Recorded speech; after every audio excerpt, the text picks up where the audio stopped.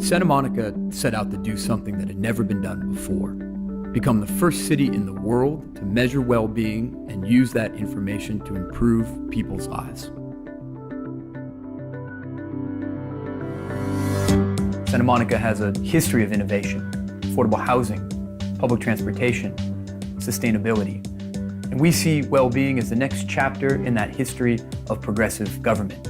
Well-being is having friends, having a good job, living in a safe neighborhood. Well-being is what we want for ourselves, our children, our community. Well-being is very different from happiness. Happiness is an important part of well-being. Whether people have a positive outlook on their life is important, but that is only part of the picture. For people to be really having strong and optimal well-being, they have to be socially connected to each other. They have to feel that they're committed to their community. They have to feel that they have a future in that community. And that's where the science is. This project, which was funded by a prize from Bloomberg Philanthropies, really enabled the city to partner with some of the best and brightest across the world.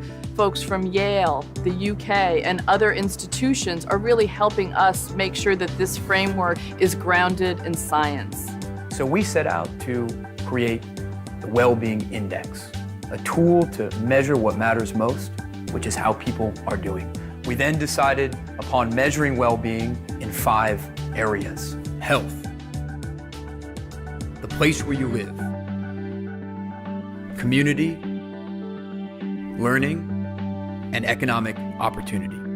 We then went and gathered information and data from across city departments. We fielded a robust resident survey. The RAND team has done some mining of social media to see what people are talking about on Twitter. But data by itself is not information. It has to be looked at, analyzed, and then packaged in ways that are consumable. And we took those pieces of information to identify how we were going to proceed with the project, what we were going to measure, and then how we were going to make sense of it. All of this coming together to give us a very multi-dimensional picture of how people are doing. Now we can create a baseline for specific issues and get an overview of well-being across the whole city. This gives us a great reference point to measure our progress as we move forward. Santa Monica is a real city dealing with real urban issues and challenges. We have hard evidence that too many of us struggle with stress, disconnection, social isolation. We have data that shows that the cost of living and economic inequality is too high.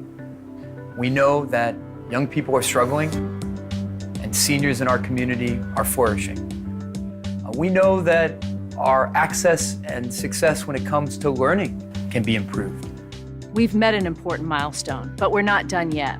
We have to continuously measure well-being, but also to figure out how to use that information on an ongoing basis to make local decisions. Now that we know more about how we're doing, we can act, and we all have a role to play. Residents can do something, but they can't do it alone. Organizations can do something, but they can't do it alone. Institutions, the school district, the college, city government can do something, but they can't do it alone. It's only together that we can create a community that truly thrives.